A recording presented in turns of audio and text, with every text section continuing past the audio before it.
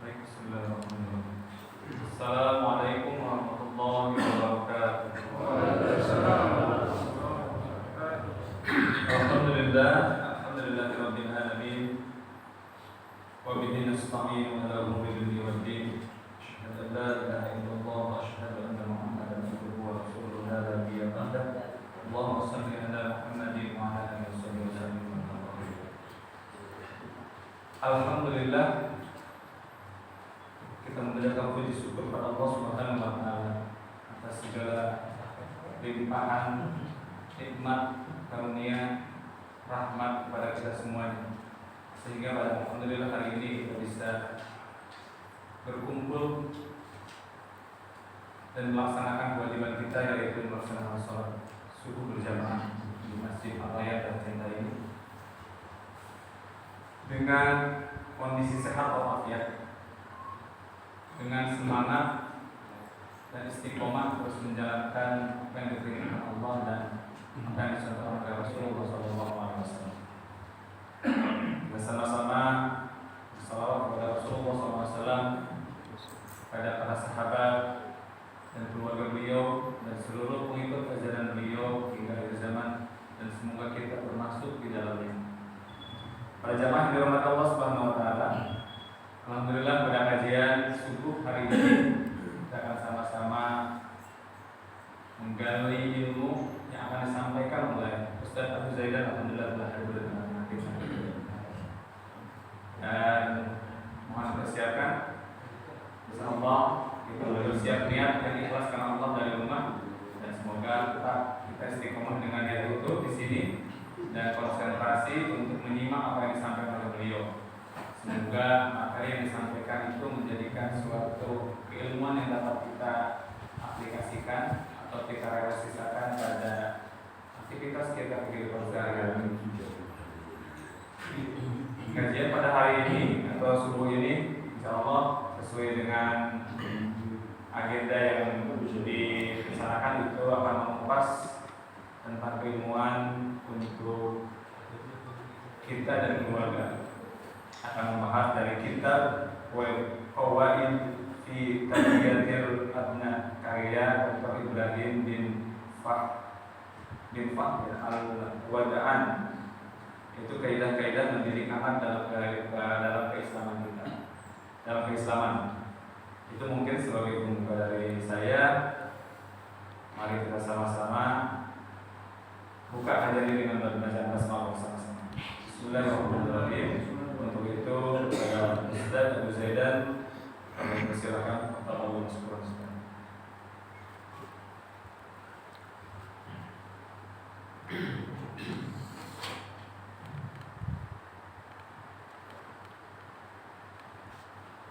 Bismillahirrahmanirrahim. Assalamualaikum warahmatullahi wabarakatuh. Waalaikumsalam. Innal hamdalillah nahmaduhu wa nasta'inuhu wa nastaghfiruh wa natubu ilayhi wa na'udzu billahi min shururi anfusina wa min sayyiati a'malina. Man yahdihillahu fala mudilla lahu wa man yudlil falan tajida lahu waliyyan murshida. Asyhadu an la ilaha illallah wahdahu la syarika lahu wa asyhadu anna Muhammadan 'abduhu wa rasuluhu la nabiyya wa la rasula ba'dahu. Allahumma salli wa sallim wa barik wa zid wa an'im ala habibina al-Mustafa Muhammad sallallahu alaihi wasallam wa ala alihi wa sahbihi wa man iktafa atharahu ila yaumiddin. Qala Allah ta'ala fi kitabihil karim, ya ayyuhalladzina amanu taqullaha haqqa tuqatih wa la tamutunna illa wa antum muslimun. Amma ba'du, fa inna ahsanal kalami kalamullah ta'ala wa khairal hadi hadi Muhammadin sallallahu alaihi wasallam wa syarrul umuri muhdatsatuha, fa inna kulla muhdatsatin fid din bid'ah wa kulla bid'atin dhalalah wa kulla dhalalatin finnar. A'yadzan billahi minan nar. Jamaah Masjid Ar-Rayyan yang semoga senantiasa dimuliakan Allah Subhanahu wa taala. Tidak ada kata maupun ucapan yang paling pantas untuk kita ucapkan mengawali kehidupan kita pada hari ini, melainkan kata-kata yang membuat dan menambah kecintaan Allah Subhanahu wa taala kepada kita, kata-kata yang kemudian Allah Subhanahu wa taala makin sayang sama kita. Allah limpahkan kenikmatan-kenikmatan yang telah diberikan kepada kita terus bertambah. Dan kata-kata yang mengingatkan kita untuk senantiasa, terus motivasi kita untuk senantiasa beribadah kepada Allah Subhanahu wa taala atas segala limpahan nikmat dan kebaikan yang Allah berikan kepada kita. Kenikmatan yang Allah berikan kepada kita seharusnya menambah ketaatan kita kepada Allah Subhanahu wa taala. Bukan sebaliknya, kebaikan yang Allah berikan, fasilitas yang Allah berikan justru membuat kita lalai dan jauh dari Allah Subhanahu wa taala. Itu bukan esensi dari kenikmatan dan kebaikan yang Allah berikan kepada seorang hamba. Allah Subhanahu wa taala berfirman, "La in syakartum la azidannakum wa la in kafartum inna 'adzabi lasyadid." Jika kalian bersyukur atas nikmat-nikmatku, maka akan tambah kenikmatan dan kebaikan serta fasilitas yang Allah Subhanahu wa taala berikan kepada manusia. Wa la in kafartum inna 'adzabi lasyadid. Namun sebaliknya, tatkala kita lalai dan tatkala kita abai terhadap semua fasilitas yang Allah berikan kepada kita, maka sesungguhnya yang kita dapatkan adalah azab dan siksa yang pedih dari Allah Subhanahu wa taala.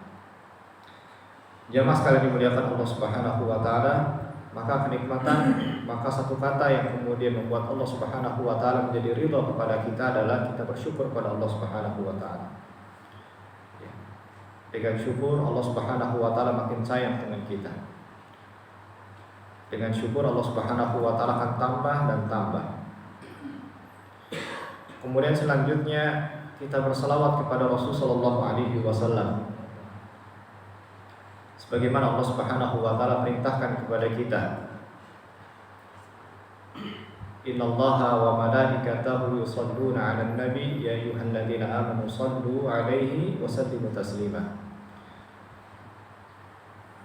Satu ibadah, satu amalan yang kemudian Allah Subhanahu wa taala langsung contohkan dan perintahkan kepada kita.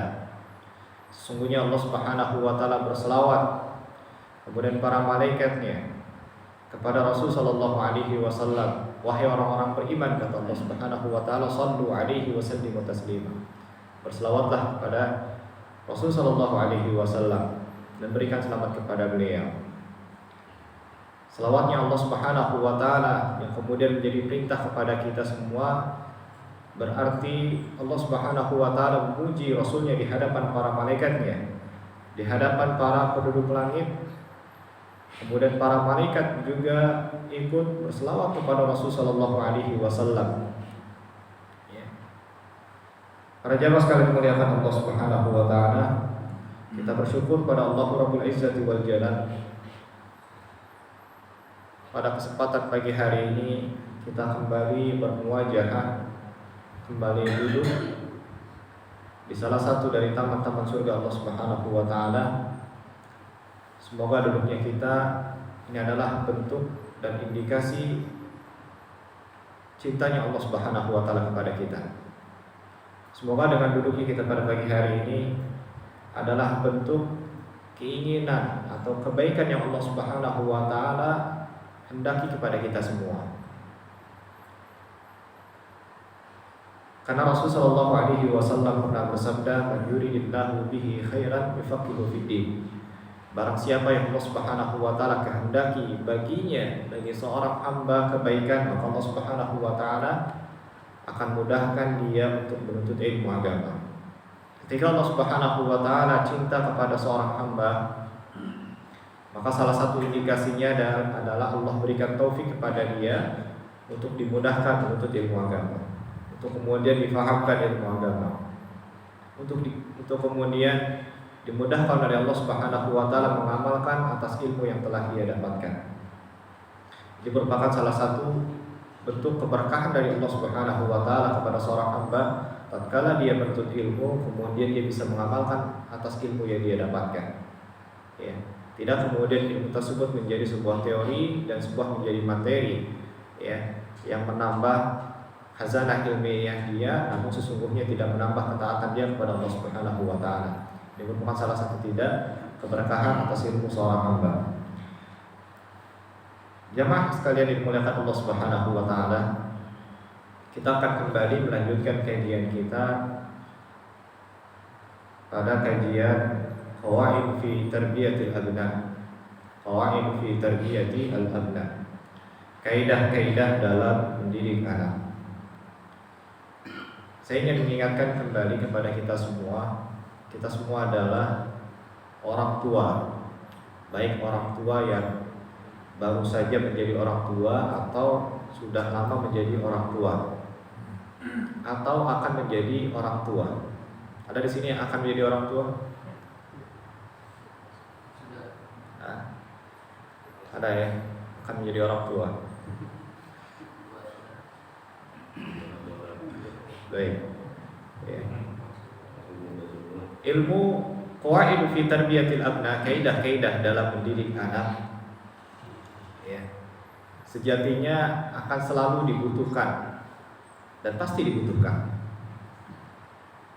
Karena bagi orang yang akan menikah, akan menjadi orang tua, ya, maka ilmu tersebut menjadi pra sebelum memiliki anak atau pra sebelum menjadi orang tua.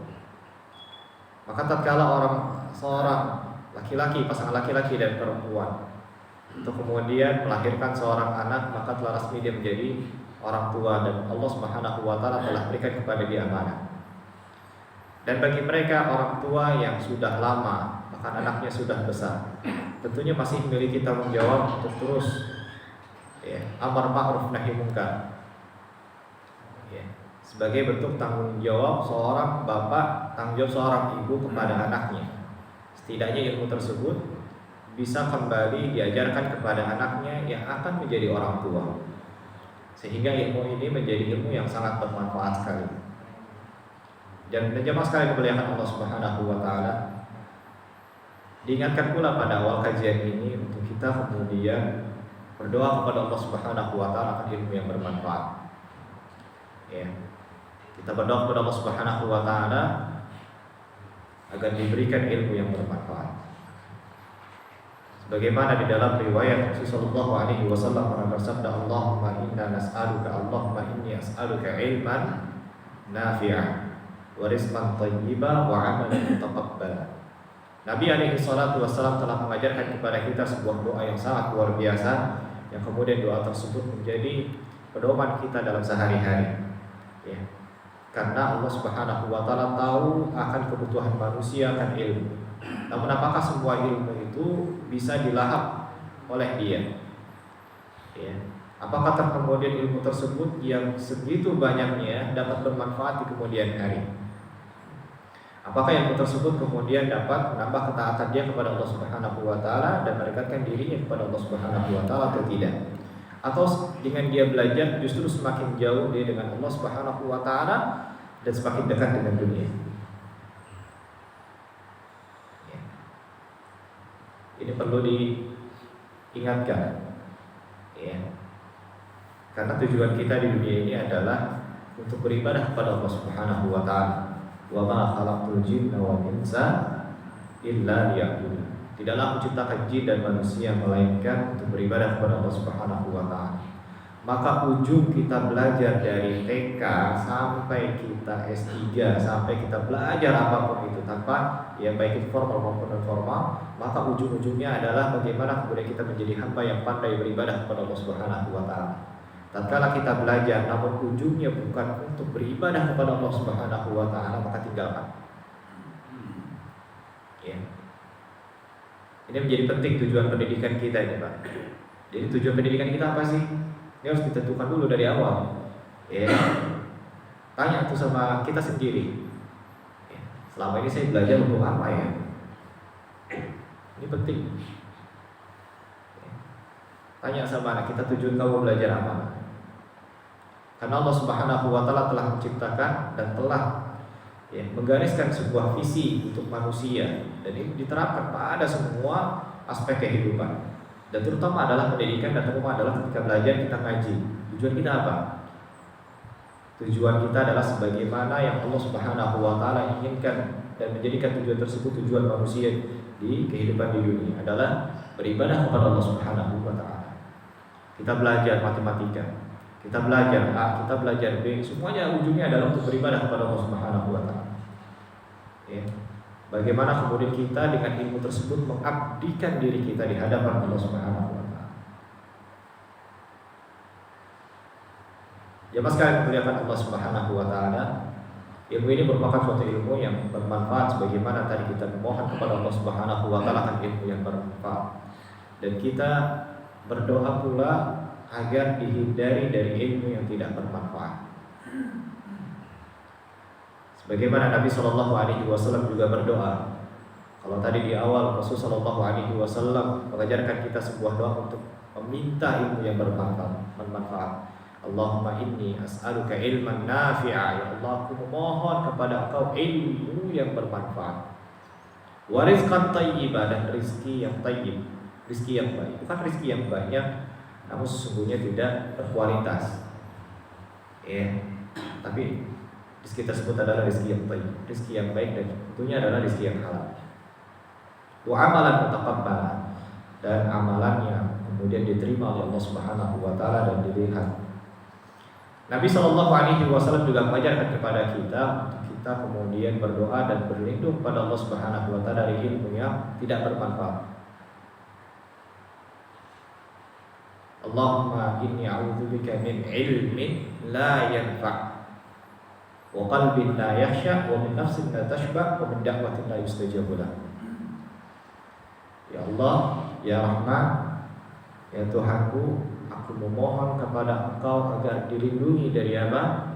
Ilman la yanfa', atau ilmu yang tidak bermanfaat. Ilmu yang kemudian tidak membawa diriku kepada kebaikan. Ilmu yang kemudian tidak mendekatkan diriku kepada Engkau, ya Allah.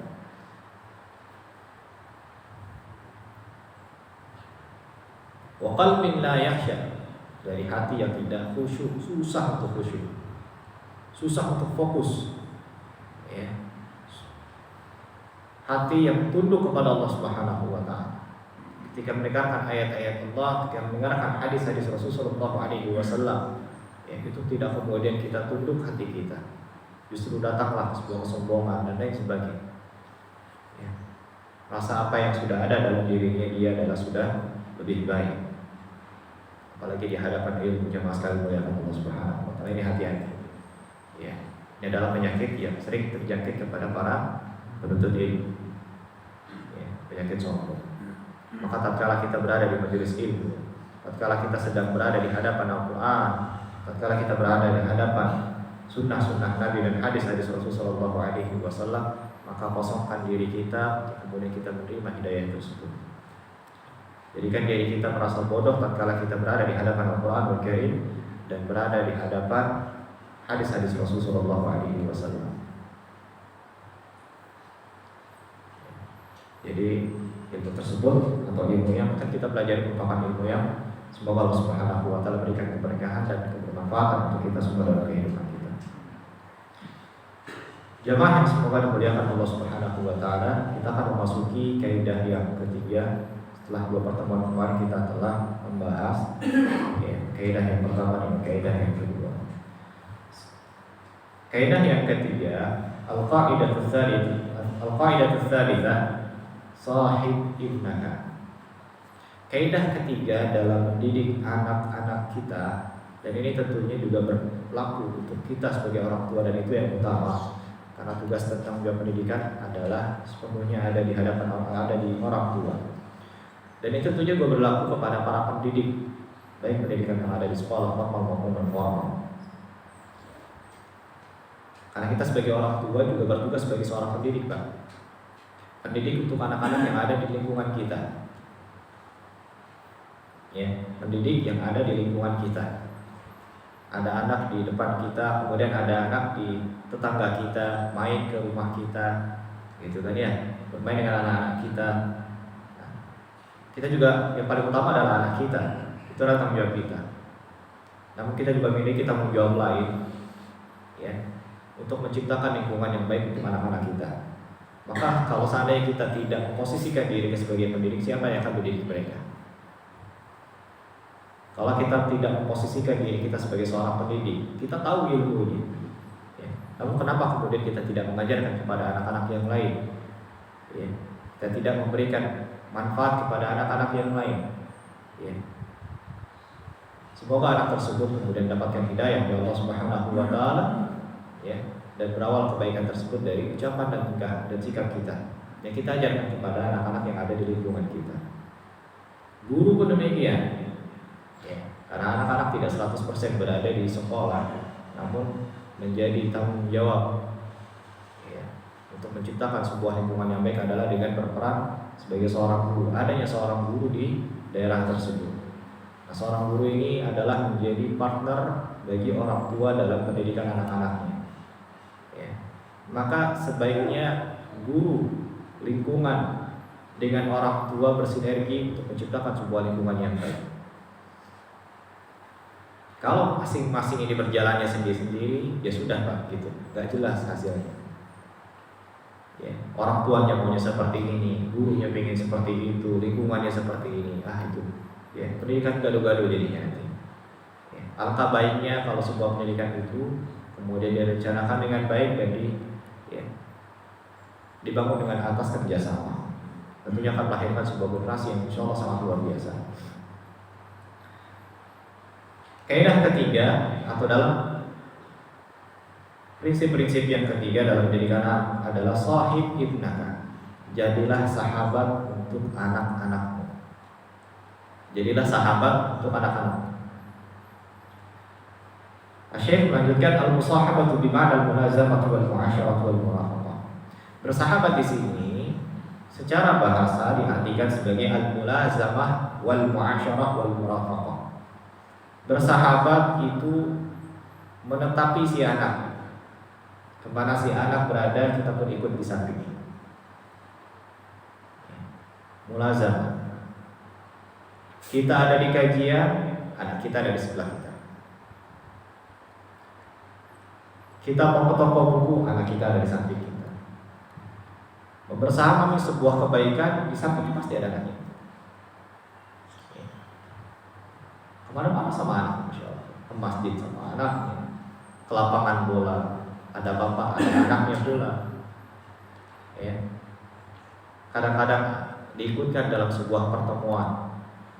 Ada rapat masjid misalnya, ingin membuat sebuah program yang bagus, program-program yang bagus dan baik buat lingkungan masyarakat masjid tersebut. Anak tersebut diajak, diajak untuk melihat bagaimana kemudian para pembesar-pembesar, para tokoh-tokoh yang ada di masjid itu berbicara, kemudian melihat bagaimana akhlak dan adab mereka, ya. Kemudian bagaimana cara berorganisasi di dalamnya, cara berpendapat yang baik. Di sana itu anak itu tersebut akan belajar. Wal mu'asyarah, bagaimana pergauli mereka, bagaimana kemudian kita berkomunikasi dengan mereka. Sahib ibnaka, jadilah sahabat untuk anak-anak kita. Wal murafaqah, selalu mendampingi dia. Wahyal mukhalatu wal musadaqah, selalu membersamai dan selalu menjadi teman buat antara anak dengan ayahnya. Ini konteksnya ayah di sini. Maka sangat tepat sekali kajian pada pagi hari ini adalah menjadi ayah, ya, yang bersahabat dengan anak. Kenapa sih? Emang ada orang tua atau ayah yang tidak bersahabat dengan anaknya, Pak? Ada nggak, Pak? Banyak. Oh, banyak ya, banyak katanya. Ntar ya ayah orang dulu, udah kamu di rumah aja lah, gak usah ikut-ikut saya, gitu kan ya. Udah main-main sendiri aja di sana. Saya lagi sibuk, ya kan. Ini saya lagi zoom sana pergi, main sama teman kamu sana. Ayah mau ikut, nah, gitu kan ya. Insya Allah. Si anak tidak diberikan kesempatan untuk menjadi sahabat yang baik untuk orang tua. Ini perlu sekali Bapak menjadi sahabat untuk anak kita. Kata Syekh, wa hadhihi tahtaju minal abi an yanzila ila mustawa ibnihi wa ya'rifa nafsiyatahu wa ma yuhibbu wa ma yakrah hatta yastati'a al-dukhul ila qalbi. Kenapa kemudian tatkala kita memberikan instruksi, memberikan arahan kepada anak kita nggak mau dengerin kita, Pak? Ya anak kok dibilang susah banget ya. Gitu kan biasanya mau bapak tuh ya, disuruh ini nggak mau, disuruh itu nggak mau, baru pun curhat sama ustaz, curhat sama psikolog, ya, curhat sama temannya di kantor. Kenapa ya saya punya anak susah banget dibilangin sama saya pengen kayak gini, selalu aja nggak bapak. Saya pengen kayak gitu, selalu aja dibilang A, dia bilang B, selalu aja pengen seperti itu. Kenapa sih gitu? Kenapa sih nggak jadi sahabat saya sama saya gitu? Enak kalau ngobrol gitu kan? Nah, ini masalahnya dari sini. Ternyata permasalahan ini, kaidah yang ketiga ini belum dijalankan dengan baik. Wahadihi tahtaju minal abi ila mustawin. Terkadang kita sebagai seorang ayah, ya, perlu menurunkan ego kita untuk kemudian turun membersamai mereka. Tatkala mereka bermain, turunkan ego kita sebagai orang tua. Saya kan udah nggak mustawanya lagi main-main, Ustaz. Apalagi main-main kelereng, ya kan? Buat apa itu? Buat perahu-perahuan, main kapal-kapalan sama anak. Ih, nggak banget gitu, Ustaz. Ada sebagian orang tua yang seperti itu. Maka tatkala kita ingin didengarkan oleh anak kita ingin anak kita tuh taat sama kita, ya kita perlu bersahabat dengan mereka. Caranya gimana? Kita turunkan ego kita untuk kemudian kita bersamai mereka, baik ketika mereka sedang bermain, baik ketika mereka sedang berceloteh, ya. Karena anak-anak kita, anak-anak kecil ini suka berceloteh, ya kan? Imajinasinya itu luar biasa anak-anak kita. Ya, ada pesawat gitu kan, terus ngomong ada ini, ada itu dan lain sebagainya. Itu sebenarnya kadang-kadang anak-anak. Nah, kita perlu masuk ke dunia mereka. Oh gitu ya. Oh masya Allah. Ya. Kita turunkan main apa nak? Main mobil-mobilan contoh. Wah, baik, Abi mau ikut main. Ya. Mana mobil-mobilan Abi? Main itu sama mereka tuh. Main kelereng, ya anak-anak. Waduh, masya Allah ini seru banget mainannya. Boleh Abi ikut main kelerengnya? Ya. Masya Allah main sama mereka. Ya. Menurunkan egonya sebagai kepala rumah tangga, menurunkan egonya sebagai seorang presiden misalnya dia, atau sebagai ketua DKM misalnya. Wah, masa ketua DKM main sama anak-anak kecil di lapangan kan gitu. Ya. Itu kalau egonya dia. Tapi di sini kita ada maksud agar kemudian anak-anak itu dekat sama kita. Tatkala kita berikan arahan kepada mereka tidak takut. Yang ada kan saat ini, hei, jangan main di sini, gitu kan? Jangan ribut di depan rumah saya sana cari rumah lain, cari lapangan kan? Apa jawaban anak-anak? Galak banget sini orang, kan gitu. Besok-besok dikasih nasihat kabur dia. Jangan, itu bapak-bapak yang galak. Jadi kita sama dia, jangan main bola depan dia. Ya, pasti dibocorin bola kita. Mindsetnya sudah seperti itu, sehingga nasihat apapun susah. Ya. Tapi tatkala kita mampu masuk ke dalam dunia mereka, kita sampaikan apa yang kita inginkan, kita arahkan mereka, itu kan sangat mudah sekali. Wa ya'rifu nafsiyatahu. Tatkala kita mampu bersahabat dengan anak kita dengan baik, kita mampu mengetahui kepribadian anak-anak kita. Apa yang mereka sukai dan apa yang mereka tidak sukai. Untuk kemudian kita masuk ke dalam hati mereka, kita masuk ke dalam dunia mereka, kita ubah mereka dari dalam. Terkadang pendidikan itu hanya satu arah, betul nggak Pak? Hanya ingin didengarkan orang tua itu. Pokoknya Anda ikut saya, nggak ikut silakan keluar, gitu Pak ya. Kita nggak, sama sekali kita nggak masuk dalam psikologi mereka. Kita nggak tahu apa yang mereka sukai, apa yang mereka nggak sukai. Ya, kita harus paham tuh, ya, kepribadian mereka seperti apa. Karena kepribadian itu nggak bisa dipukul rata. Apalagi kepribadian anak itu disamakan dengan kita. Jangan pernah memakaikan baju anak dengan baju kita. Pahami dulu, baru kan kita masuk ke dalam, ya, apa yang kita inginkan. Kenapa sih anak ini kok susah diajak disuruh makan misalnya? Cari tahu kenapa. Oh, anak ini ternyata nggak suka, ya, misalnya kulit ayam misalnya. Oh, ternyata anak ini kalau sayur sop ini ada ininya. Nah, itu nggak bisa langsung kamu harus suka dan kamu harus makan. Nggak bisa. Kita harus masuk dulu dalam diri mereka, kita edukasi mereka. Oh, ternyata ini sayur ini bagus loh. Oh, ternyata ini seperti ini loh. Dulu saya juga sama seperti ini. Dulu ketika saya kecil dia seperti ini. Dia akan masuk tuh. Mudah bagi kita untuk memberitahunya. Gitu Pak ya. Insya Allah. Tapi kalau kita jauh dari sana, ya kita nggak tahu kepribadian dia, kita nggak tahu temenan sama siapa, kita nggak pernah masuk ke dalam dunia mereka, mainan apa yang mereka suka, ya. Siapa yang akan mengisi? Orang lain yang akan mengisi, lingkungan yang akan mengisi. Orang tuanya jauh, ya. Orang tua yang tahu adalah memberikan nafkah saja, ya. Pokoknya saya udah kasih kamu uang jajan, minta sama ibu kamu. Urusan saya itu doang, ya. Pokoknya judulnya kamu harus jadi A, ya. Udah selesai, titik sampai di situ. Tapi nggak pernah didengarkan tuh. Saya pilih ini loh, saya nggak suka seperti ini. Perlu didengarkan. Ya. Jadi kita perlu komunikasikan antara anak dengan bapak. Kita temukan tengah-tengah. Titik poinnya. Enak ngobrol seperti itu insya Allah. Ya. Nggak pakai gentreng-gentrengan insya Allah dalam rumah tangga. Ya. Pagi-pagi nggak perlu berantem. Kemudian kalau kita nasihati nggak perlu pakai urat insya Allah. Dan anaknya pun santai-santai saja. Dia adalah sahabat saya, gitu ya. Artinya saya suka banget sama abi saya, asik kalau ngomong, gitu. Saya suka banget gitu. Kalau nasihatin saya enak, dia adalah menjadi teman curhat saya. Kebanyakan teman curhat hari ini anak-anak di mana Pak? Ya, media sosial, itu. Media sosial, Instagram. Apalagi bapak-bapak atau orang tua yang nggak tahu isi HP anaknya. Ternyata lagi di kamar main TikTok gitu kan ya, joget-joget sana sini gitu kan, diupload lah, terkenal si anak tersebut. Loh kok saya nggak tahu ya, anak saya terkenal di luar dunia maya? Iya, nggak pernah dicek. Belum lama saya mendapatnya ada sebuah sekolah, kemudian mengeluhkan anak-anaknya. Ya ada sebuah pelanggaran yang terjadi. Ini tingkat-tingkat SMP. Dan kemudian seorang guru mengeluhkan kepada saya, Ustaz, ini anak-anak saya, murid-murid saya ya, handphonenya sekarang punya gadget Ustaz. Ya, mereka belajar online gitu kan.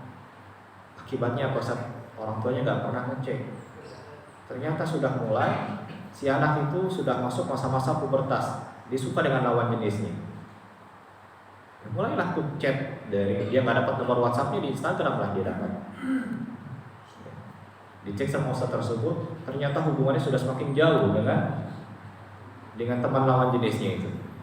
Sudah papa, mama, gitu kan, istriku, suamiku, Allahu Akbar. Ini kemana orang tuanya kalau anaknya sudah panggil papa, mama ini? Curhatlah dia dengan teman lawan jenisnya, kemana ayahnya, kemana ibunya. Kalau jangan-jangan bapak dan ibunya curhat juga di media sosial, ini kan bahaya. Jadilah tempat curhat untuk anak-anak kita. Nah itu gak spontan seperti itu. Nah kamu kalau besok cerita sama saya ya. Pokoknya insya Allah saya balas insya Allah saya respon. Nah, jadi ada prosesnya. Proses dulu masuk ke dalam dunia mereka, ya kan? Apa yang mereka sukai dan apa yang mereka tidak sukai, apa yang kemudian kita harapkan dari dia, itu perlu ada komunikasi. Wa qad kana as-sahabiyyul jalil Abdullah bin Umar radhiyallahu anhu yuhibbu ibnahu Saliman katsiran wa kana yuqabbiluhu wa yaqulu shaykhun yuqabbilu shaykhan wa kanu yalunahu fi hubbi Salim fa yaqul. Dahulu ada sahabat yang bernama Abdullah bin Umar radhiyallahu taala anhu. Sahabat Abdullah bin Umar ini sangat mencintai anaknya Salim. Ya, cintanya pakai cinta banget. Ya, cinta sama anaknya yang bernama Salim. Ya, sering diciumi keningnya. Sering diciumi keningnya, ya. Disayangi, perhatian sekali. Ya. Wa yaqulu shaykhun yuqabbilu shaykhan. Ya, orang tua mencium syekh, calon orang besar, tokoh besar yang dia cium adalah calon orang besar kata dia. Allahu Akbar. Visi ini nggak pernah disampaikan oleh para orang tua hari ini. Ya. Coba cium anaknya. Saya sedang mencium calon presiden di masa akan datang. Allahu Akbar. Saya mencium seorang, ya apa ya keinginan bapaknya apa? Saya sedang mencium calon dokter insya Allah. Saya sedang mencium ahli apa dan ahli apa. Ini kan sama orang tua. Muhammad Al-Fatih pun demikian Bang. Muhammad Al-Fatih bisa menaklukkan Konstantinopel itu tidak lepas dari sosok seorang ibu, seorang ayah, dan seorang guru. Bagaimana kemudian sang ibu itu menanamkan visi kepada anaknya dan berhasil ditanamkan sampai akhirnya capailah cita-cita. Itu setiap ba'da subuh, ibunya baca Quran, anaknya selalu ada di samping dia. Ya. Duduk sambil baca Quran, sambil zikir pagi, anaknya di sampingnya. Sudah selesai baca Quran, dibukalah jendela rumah. Nah, sini. Muhammad Al-Fatih masih kecil. Kamu lihat benteng itu. Ya. Rasulullah SAW menyanyikan yang membuka benteng tersebut adalah sebaik-baiknya pemimpin, sebaik-baiknya panglima. Engkaulah yang akan menjadi panglima tersebut. Allahu Akbar. Ya, masih kecil kan. Mungkin kalau kita gitu kan, dia kan masih kecil, nggak ngerti gitu kan ya. Dan ya, orang tua yang menanamkan visi kepada anak. Ya. Benteng tersebutlah yang akan ditaklukkan oleh engkau dan pasukan kau di masa yang akan datang. Itu di usia 18 tahun menjadi seorang panglima. Di usia 21 tahun menjadi penakluk Konstantinopel. 21 tahun di usia yang sangat-sangat muda sekali.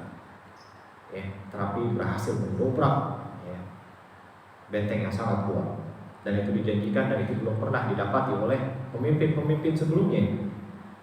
Ya. Umar, Abu Bakar, Umar, Utsman, Ali dan sebagainya justru ditaklukkan oleh anak muda. Dan ini bisa dipraktikkan oleh bapak-bapak sekalian. Ya. Visinya apa? Bapak ingin jadi anaknya apa? Tapi komunikasikan dulu. Itu komunikasikan dengan anak. Anak maunya apa? Ayah, aku mau jadi seorang pilot misalnya. Oke, coba dipasang tuh visinya dari kecil tuh. Jangan sampai berubah-ubah. Besok ini, besok itu, besok ini, besok. Ya, ditanamkan. Kalau itu baik kita support. Saya sedang makan dengan calon ulama. Allah.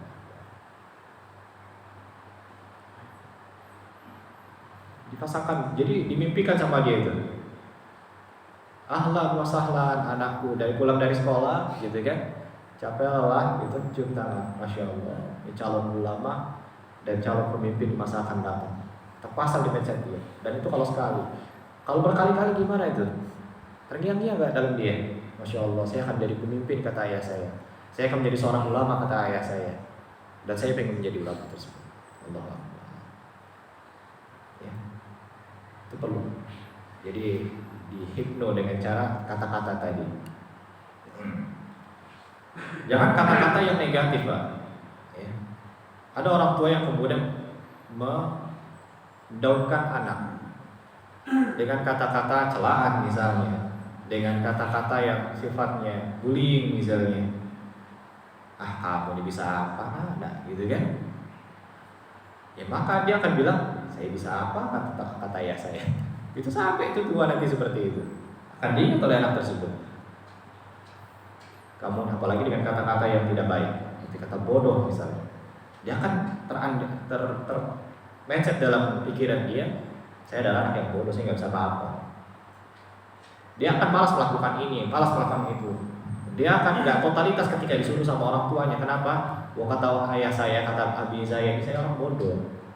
Saya nggak bisa apa-apa. Saya anak yang lemah. Maka jangan pernah ucapkan kata-kata yang negatif bullying kepada anak-anak kita walaupun itu bercanda. Kenapa nggak kita sampaikan dengan kata-kata yang positif yang kemudian membangun anak tersebut untuk menjadi anak yang sukses? Kita nggak tahu nih si anak bakatnya apa, tapi kita dukung dan kita berdoa sama Allah Subhanahu wa taala.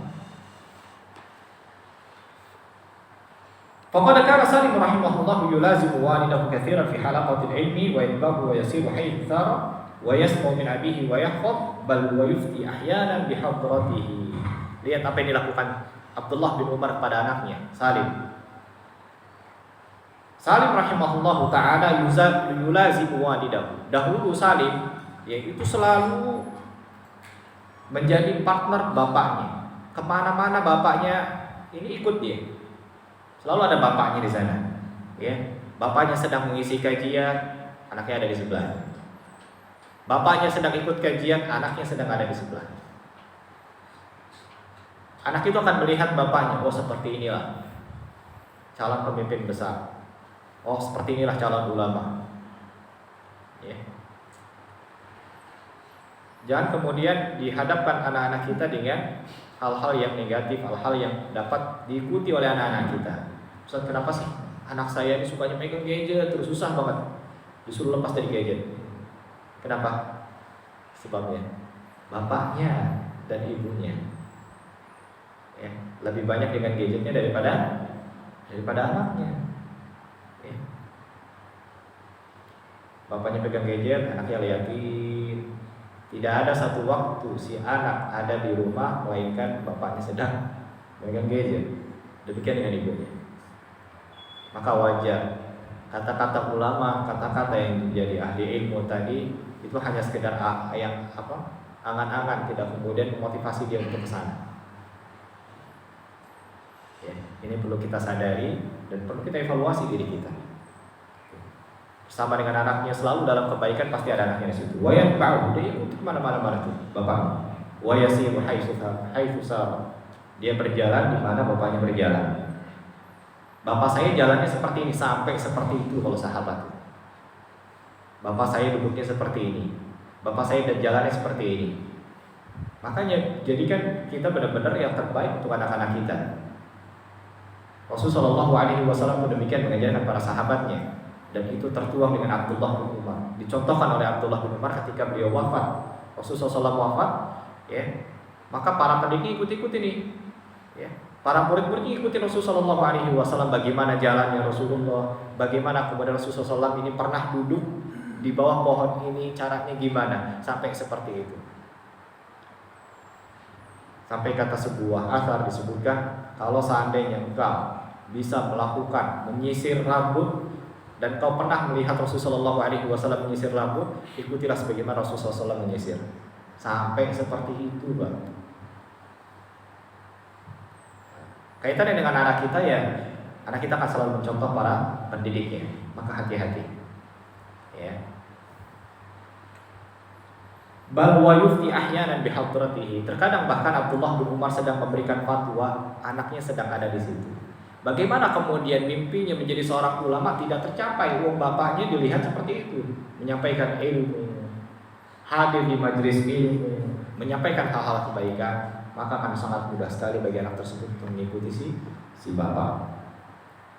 Wa hunaka umur muhimmah taj'aluka qariban min ibnika.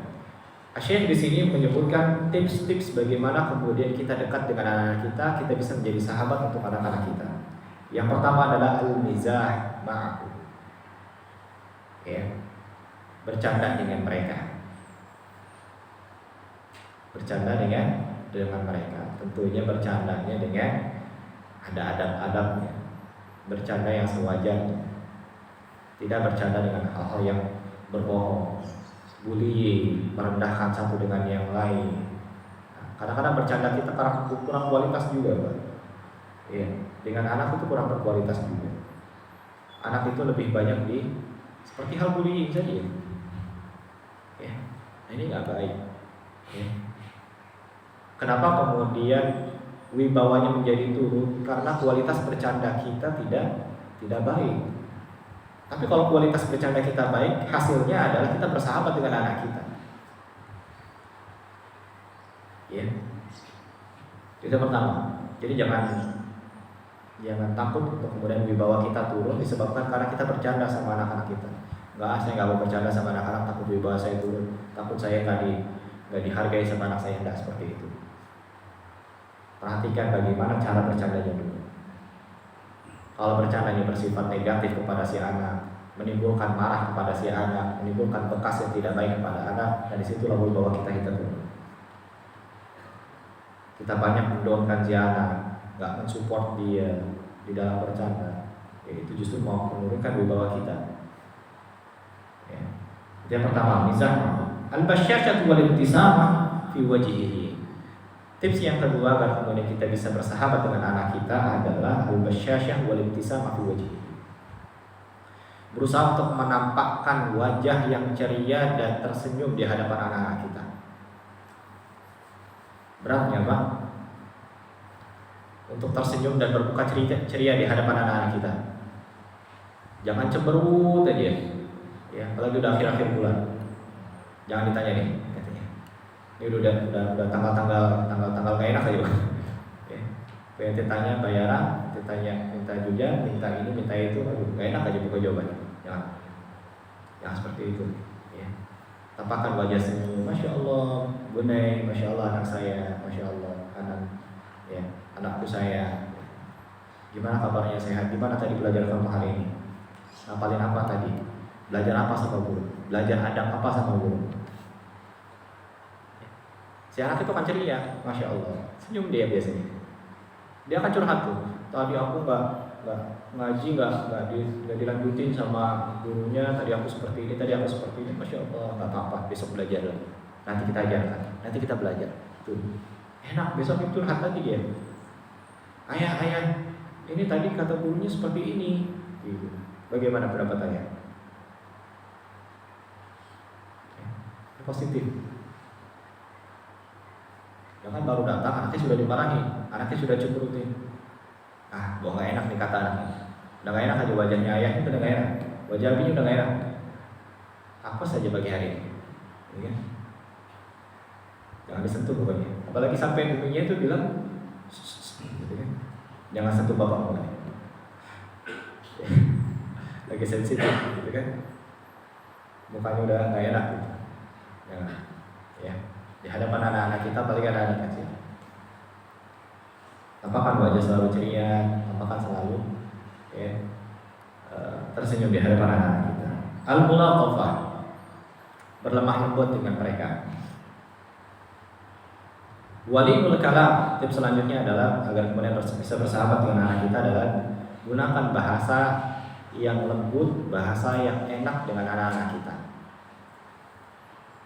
Lidul kalam. Da'u yatakalam bi hurriyatin dun ihtiqaran lima yaqul. Tips selanjutnya adalah biarkan anak-anak kita mengungkapkan apa yang ada di dalam hati dia itu dengan hur, bebas gitu. Dun ihtiqaran lima yaqul, tanpa kemudian kita mengecilkan si anak, meremehkan si anak. Itu yang saya katakan tadi, celotehan si anak tadi. Ya. Jangan pernah kita merespon negatif celotehan anak-anak kita. Apalagi anak-anak kecil, anak-anak TK, anak-anak SD. Aduh, celotehannya, ya. Aduh, ngomong apa sih bocahnya ya? Gitu kan? Tapi kita justru masuk ke dalam dunia mereka. Aku mau jadi astronot, terbang ke bintang, pergi ke bintang ini, bintang itu, bintang A, B, C, dan D. Itu hayalan dia. Jangan kemudian kita mengecilkan dia, menjatuhkan dia. Karena suka laporan ke ibunya, ke ayahnya gitu kan, suka celoteh dia. Bagaimana kemudian menjadi sahabat yang baik? Dengarkan celotehan anak kita dan respon dengan respon yang baik. Au yatrahu min afkar, atau dia menyampaikan ide-ide gitu kan ya. Menyampaikan ide-ide yang kadang-kadang idenya anak-anak gitu. Tapi kita harus hargai. Kita harus ajarkan bagaimana kemudian menghargai sebuah pendapat. Dari sanalah kita berawal. Menghargai sebuah pendapat tidaklah berupa dengan teori. Nah, kamu harus menghargai pendapat ayah, menghargai pendapat lain. Kita harus praktekkan di hadapan dia. Tatkala dia berpendapat, kita menghargai pendapat mereka. Walau kanat saqimah, walaupun terkadang keliru pendapat dia, diluruskan. Jangan baru berpendapat stop, kamu jangan ngomong apa-apa, diam. Nah, udah disekat. Tarafa ma'hu anil kalimatin nabiyah. Kita menghindari kata-kata yang tidak baik. Kata-kata yang tidak baik. Terkadang anak-anak itu habis main dengan teman-temannya biasanya bawa oleh-oleh biasa. Benar nggak Pak? Bawa oleh-oleh dia. Oleh-oleh yang tidak sama sekali kita harapkan. Datang bawa kata-kata binatang di rumahnya akhirnya. Loh, kamu dapat kata-kata ini dari mana? Dari teman-temannya. Dia dengar dari fulan, dengar dari fulan. Yang kata-kata itu nggak pernah kita ajarkan kepada anak-anak kita. Jangan heran. Itu tadi. Disitulah fungsinya kemudian kita masuk ke dalam dunia mereka. Nah, kata-kata tersebut ada kata dia nggak paham sebenarnya, Pak. Ya anak-anak kecil ini nggak paham dengan kata-kata tersebut. Karena dia main dengan anak-anak yang mungkin lebih dewasa daripada dia. Ya. Kita nggak boleh melakukan seperti itu. Kita nggak boleh kata-kata seperti itu. Kata-kata itu nggak baik. Kata-kata itu nggak sopan diucapkan di hadapan orang banyak, di hadapan orang tua. Dan Allah nggak sayang ketika kita mengucapkan kalimat tersebut. Ayah dan anaknya ikut sama-sama menghindari kata-kata tersebut. Jangan kemudian menjadi sebuah teori bapaknya besok yang ngomong. Ya. Nah kita nggak boleh ngomong belakang A misalnya. Besok dia ya habis diserempet sama orang keluarlah kata-kata itu. Dan itu ada anak di situ. Kelepasan emosi gitu ya. Nah itu harus sama-sama komitmen antara anak dengan ayahnya untuk sama-sama menghindari kata-kata yang tidak baik, kata-kata tidak sopan. Ishab ma'aka fi tala'atika wa ziyaratika wa liqa'atika fasatara khair fi dhalik. Ajak anakmu di dalam setiap aktivitas yang tentunya adalah ada batasnya juga ya. Kalau waktunya kerja nggak boleh bawa anaknya, jangan dibawa anaknya. Ya, Pak, ini dalam rangka kita bersahabat dengan anak saya harus bawa anak saya ke kantor, ya nggak gitu juga. Ya, nggak gitu juga. Repot nanti kalau semua kantor bawa anak-anaknya. Jadi taman kanak-kanak nanti repot kantornya kan. Harus batasnya. Hari ini saya mau bekerja dulu, nanti insya Allah kita akan bermain lagi. Nanti insya Allah kita akan ke sana, nanti kita akan ke sana. Oh ya, dia akan memahami. Ya, dalam setiap aktivitas, dalam halaqah ilmu, dalam rapat yang sekiranya memang masih bisa kita bawa anak-anak kita untuk kemudian dia belajar banyak dan itu tidak ada masalah oleh orang banyak, yang ada masalah. Ya, sebagaimana Abdullah bin Umar radhiyallahu taala dan Abdullah bin Abbas radhiyallahu taala di masa Umar bin Khattab itu sering dibawa ke pertemuan-pertemuan para tokoh-tokoh besar pada saat itu, pembesar-pembesar para sahabat. Diajak Abdullah bin Umar, diajak Abdullah bin Abbas untuk melihat kemudian bagaimana cara bapaknya berkomunikasi dengan orang banyak, bagaimana kemudian akhlak-akhlak dari para pembesar-pembesar tersebut. Dia belajar, itu mendewasakan si anak tadi. Sesekali kita bermain, sesekali kita ajak Bapak. Abdullah bin Abbas radhiyallahu taala pada saat itu masih kecil, di hadapan para sahabat diajak sama Umar bin Khattab radhiyallahu taala, ayo masuk ikut dengan pertemuan. Abdullah bin Abbas merasa sepertinya dia akan meminta pendapatku nanti. Benarlah pada saat itu Umar bin Khattab radhiyallahu taala bertanya kepada para sahabat, bagaimana pendapat engkau tentang ayat ini? Idza jaa nasrullahi wal fath. Bagaimana pendapat engkau? Dijawab para sahabat, ada yang menjawab, kemudian ada yang terdiam. Kemudian ditanya Abdullah bin Abbas, pada saat Abdullah bin Abbas masih kecil, bagaimana pendapat engkau wahai anakku? Abdullah bin Abbas, pendapatku sebagaimana aku dengar dari Rasulullah Shallallahu Alaihi Wasallam, maksud dari ayat ini A, B, C dan D dan seterusnya. Ajar, itulah yang dimaksud. Masya Allah, Abdullah bin Abbas radhiyallahu taala. Dan akhirnya kemudian timbullah rasa dihargai anak tersebut, dicintai anak tersebut, diperhatikan anak tersebut. Begitu pula dengan Abdullah bin Umar radhiyallahu taala, diikutkan sama Abdullah, sama ayahnya Umar bin Khattab radhiyallahu taala. Dan itu menjadi sebuah kebaikan untuk anak-anak kita di masa akan datang. Ya, kita ziarah kemana? Kita ziarah ke teman kita, teman lama kita, silaturahmi dengan si fulan, mengunjungi orang yang sedang sakit, rumah sakit. Selama itu diperbolehkan untuk anak-anak, masuk aja anak kita, agar kemudian dia bisa mendapatkan kebaikan, mendapatkan faedah dari ayahnya. Tuh lihat rumah sakit, ada yang sakit, perlu kita syukuri nikmat kita, alhamdulillah. Dapat faedah dari rumah sakit, dapat. Bagaimana kemudian mengunjungi orang yang sakit, bertanya kabarnya. Saya yakin dia akan mengikuti apa yang telah kita ajarkan, apa yang kita praktekkan di masa yang akan datang. Dulu ayah saya seperti ini, bukankah kita sekarang itu seperti itu? Ya. Kita melakukan suatu hal yang pernah dipraktikkan oleh ayah kita. Saya melakukan ini, dulu kakekmu juga sama seperti ini. Nah itu dia, seperti itu. Ya. Fal musahabatu kulluha khairun wa barakah fa hiya tuzilul hawadis. Bersahabat dengan anak kita itu keberkahan dan kebaikan. Fahiyya tuzilul hawajiz. Dengan bersahabat dengan anak kita, dekat dengan anak-anak kita, membersamai mereka, itu akan menghilangkan gap antara anak dengan ayah, penghalang dengan anak dengan ayah. Wa tub'idul fawasil bainal abi wal ibn. Segala gap, segala penghalang yang ada antara ayah dan anaknya, seakan-akan susah si anak itu berbicara dengan anaknya. Si ayah susah banget membangun komunikasi dengan anaknya karena anaknya cuek dan lain sebagainya. Kita nggak membangun dari awal. Ada penghalang, ada tembok besar apa yang membuat ini? Seakan-akan kita dekat tapi jauh. Wong anaknya di kamar, anaknya di rumah, masa WA. Ya, istrinya dari samping WA. Itu seperti itu. Fala yashkurul ibnu bil haraj fi istisyarati walidayhi wa hadha khairan min wujuhihi ila rafiqis su.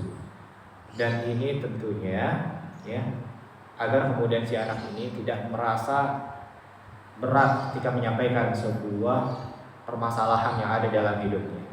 Dia butuh teman sharing, dia butuh teman hidup untuk kemudian mencari solusi dalam permasalahan-permasalahannya. Ya, kalau sudah dekat enak banget ya, tadi saya seperti ini, bagaimana pendapat saya? Saya masuk kuliah A, B, C, dan D. Bagaimana menurut saya? Kita memberikan masukan. Itu sampai seperti itu kedekatan. Ya. Tapi kalau kita nggak membangun kedekatan itu, ya udah dicari kuliah sendiri, dibiaya sendiri dan sebagainya. Ya menurut kita baik iya, tapi kita nggak punya hubungan yang dekat dengan anak kita. Ketika ditanya sama anak kita tentang anak kita, bagaimana anakmu itu?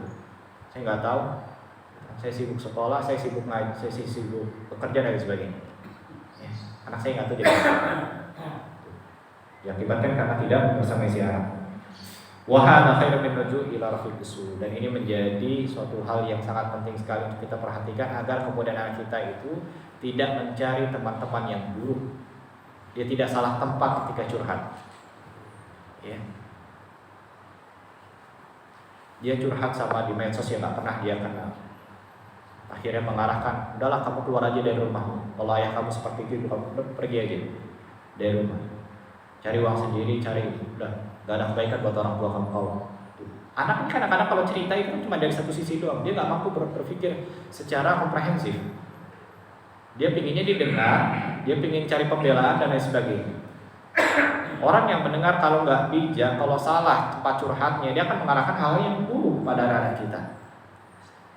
Ya Pak ya, ini penting. Yang terakhir adalah al-musahabatu tabni jisran minal mahabbati bainal walidain wa tuqawwi thiqata bainahum. Dengan bersahabat itu menjadi sebuah jembatan cinta antara ayah dengan anak, jembatan cinta. Di mana sih agar kemudian kita dicintai sama anak kita, bangunlah persahabatan antara anak dengan anak kita, orang tua dengan anak kita. Kalau kita ingin dicintai oleh anak kita, ya. Kita ingin sampai tua, anak kita terus memperhatikan kita, anak kita terus menjadikan kita sebagai sosok seorang ayah. Ya, bangunlah persahabatan itu dari anak itu tersebut kecil. Wa tuqawwi thiqata bainahum.